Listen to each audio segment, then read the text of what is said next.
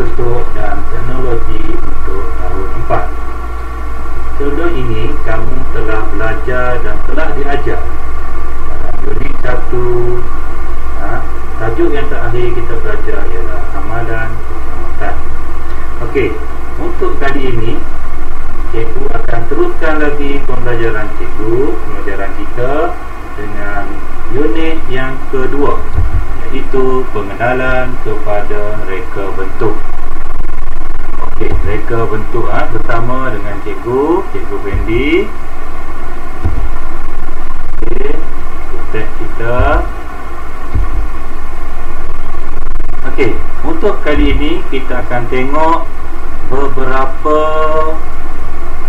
istilah ataupun pengenalan serba sedikit apa itu yang dimaksudkan dengan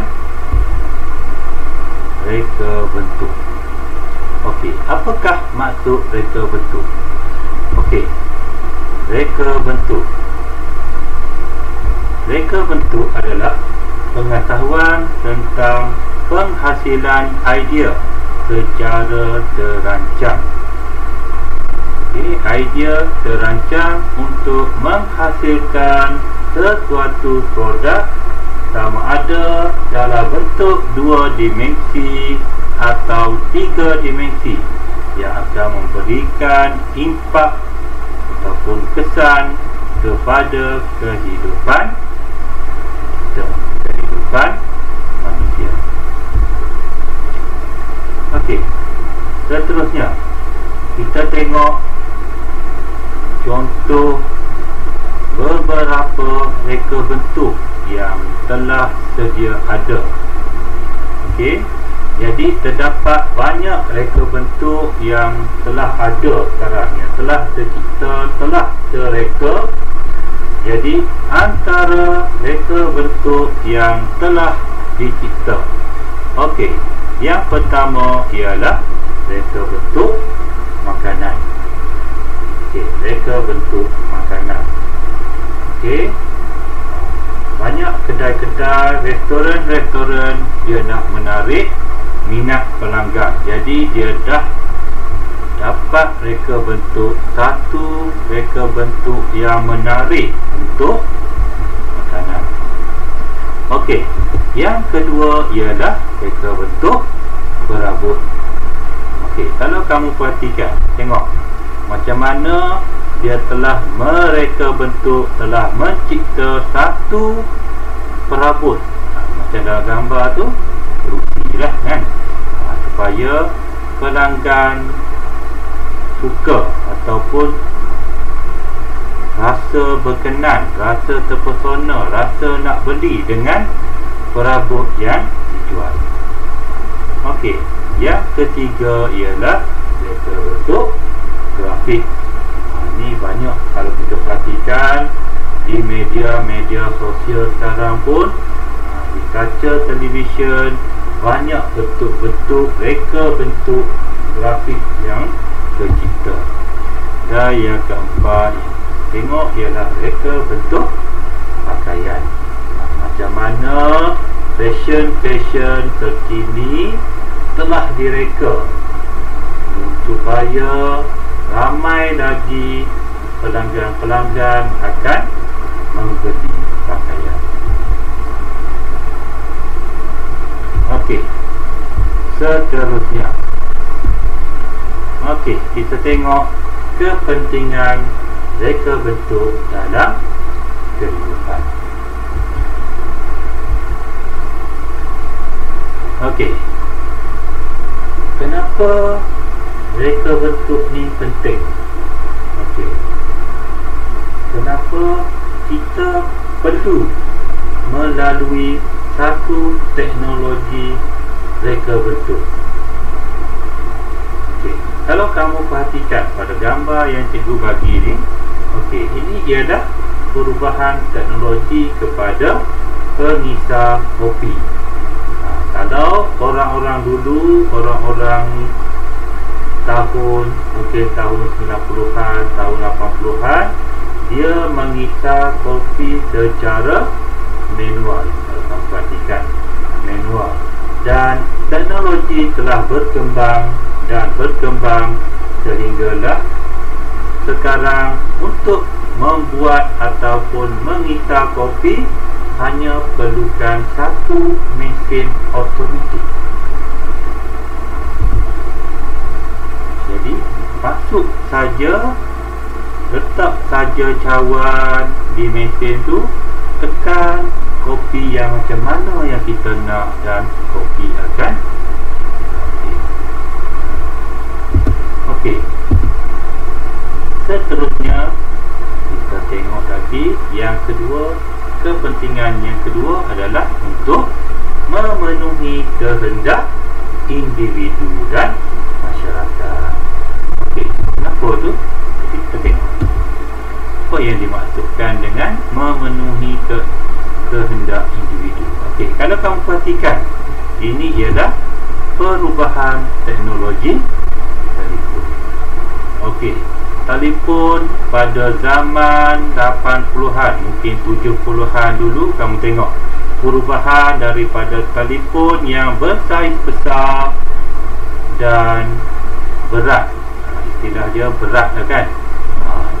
Telefon atur dulu yang ada antena, dia berubah kepada telefon yang terbaru, yang zaman sekarang, telefon yang orang kata kita touchscreen saja, dan telefon semakin canggih dan canggih. Ini ialah untuk memenuhi kehendak individu.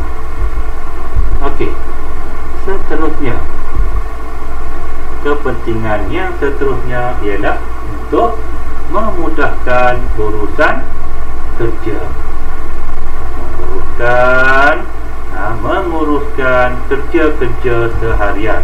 Okey, seperti contoh cikgu ni ialah dari segi memudahkan pembersihan. Okey, kalau dulu tukang cuci, tukang sapu, dia menggunakan penyapu saja untuk membersihkan kawasan. Jadi sekarang kalau kita di rumah telefon, cikgu pun rasa setiap rumah lah boleh katakan semua akan ada vacuum. Vacuum, tahu vacuum? Pernah kan? Pernah tengok dan pernah guna. Okey, jadi habuk-habuk sampah sarap yang boleh kalau dahulunya kita terpaksa gunakan penyapu, jadi sekarang dah diubah suai, dah dipermudahkan, kita gunakan vacuum saja. Okey, seterusnya kita tengok apakah kepentingan ataupun tadi kepentingan kan. Kita tengok kenapa reka bentuk ni penting juga. Okey, dengan reka bentuk yang semakin bertambah, semakin berkembang, ia akan membuka laluan kerjaya dan pekerjaan. Jadi dengan ada reka bentuk di setiap boleh katakan setiap aktiviti lah, setiap produk, jadi banyak peluang-peluang kerja tercipta. Okey, kita tengok antara peluang-peluang kerja yang tercipta. Okey, yang pertama, reka fashion.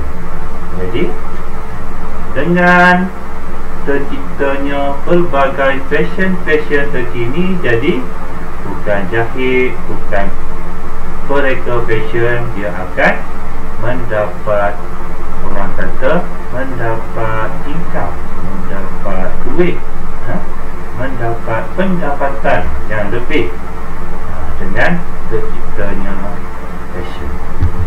Okey, yang kedua, juruterang. Juruterang ni kamu faham lah kan. Macam rumah, kalau kamu tengok dulu rumah daripada kayu, sekarang rumah dah jadi rumah batu, buat daripada batu bata dengan pelbagai reka bentuk. Ini adalah sumbangan daripada jurutera. Okey, seterusnya kita tengok lagi, apakah peluang-peluang kerja yang tercipta. Okey, yang ketiga adalah apa ni? Ini ialah reka-grafi. Reka-grafi pun mendapat manfaat daripada reka. Dan seterusnya adalah juruteknik pergigian. Jadi juruteknik pergigian dengan reka bentuk, dengan teknologi yang terkini, gigi palsu dapat dicipta. Jadi dapat membantu golongan-golongan yang orang kata yang telah cabut gigi kekal. Dia dapat bagi cantikkan lagi senyuman dengan gigi-gigi palsu. Jadi reka bentuk pergigian.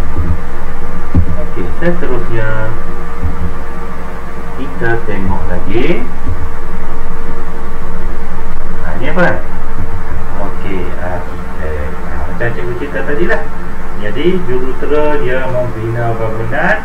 Sebelum terciptanya, sebelum naiknya satu bangunan, inilah tugas arkitek untuk mereka bentuk ataupun membuat satu lakaran rumah-rumah, bangunan-bangunan yang menarik supaya pelanggan lebih berminat. Dan sebenarnya ialah chef, tukang masak. Kalau kamu perhatikan tadi awal-awal gambar, cikgu bagi tengok kan reka bentuk makanan. Jadi chef ni dia akan mereka bentuk, akan membina, mencetuskan idea macam mana untuk jadikan satu makanan itu lebih menarik. Okey, dan seterusnya, apakah apresiasi reka bentuk di persekitaran? Okey, kita tengok contoh apakah salah satu apresiasi reka bentuk di sekitar kita. Okey, seperti yang kita tahu, reka bentuk ialah pengetahuan tentang penghasilan idea secara terancang. Mesti terancang, bukannya main sempurna saja. Okey, untuk menghasilkan suatu produk yang memberikan impak kepada kehidupan manusia, memberikan faedah, memberikan kelebihan. Okey, apresiasi ini kita dapat lihat apabila kita menghayati dan menghargai suatu reka bentuk yang ada di sekeliling kita. Okey, sebagai contoh cikgu ambil satu saja, iaitu botol air. Okey, macam mana apresiasi terhadap botol air? Okey, kita tengok. Okey, botol air. Jadi dengan perkembangan terbaru, okey, reka bentuk muncul dipermudahkan. Kalau kamu tengok dulu botol air yang dulu, dia lepel. Jadi ruang untuk air itu tumpah lebih besar. Dengan terciptanya muncung yang lebih kecil, jadi memudahkan pelanggan ataupun individu ataupun sesiapa saja untuk minum. Jadi buka sikit saja dapat minum dan air pun tak tumpah. Okey, yang kedua, reka bentuk lengkung. Mana dia dengan bentuk lengkung, jadi nak pegang pun mudah. Dan reka bentuk silinder. Silinder supaya mudah simpan dan saiz yang mesra. Kita tengok banyak dah botol-botol air sekarang, saiz dia semakin kecil supaya senang untuk pelajar-pelajar sekolah, untuk individu bawa pergi ke pejabat, pergi ke sekolah, pergi bawa ke jalan-jalan kan, kayu basikal, senang nak bawa. Okey, boleh. Okey, itu saja. Okey, jadi itu saja untuk pembelajaran ataupun sedikit pengenalan untuk unit 2, pengenalan kepada reka bentuk. Sekian, terima kasih. Semoga kita berjumpa lagi pada topik seterusnya. Jangan lupa subscribe jika merasakan apa yang cikgu cerita ini berfaedah. Okey, Assalamualaikum warahmatullahi wabarakatuh.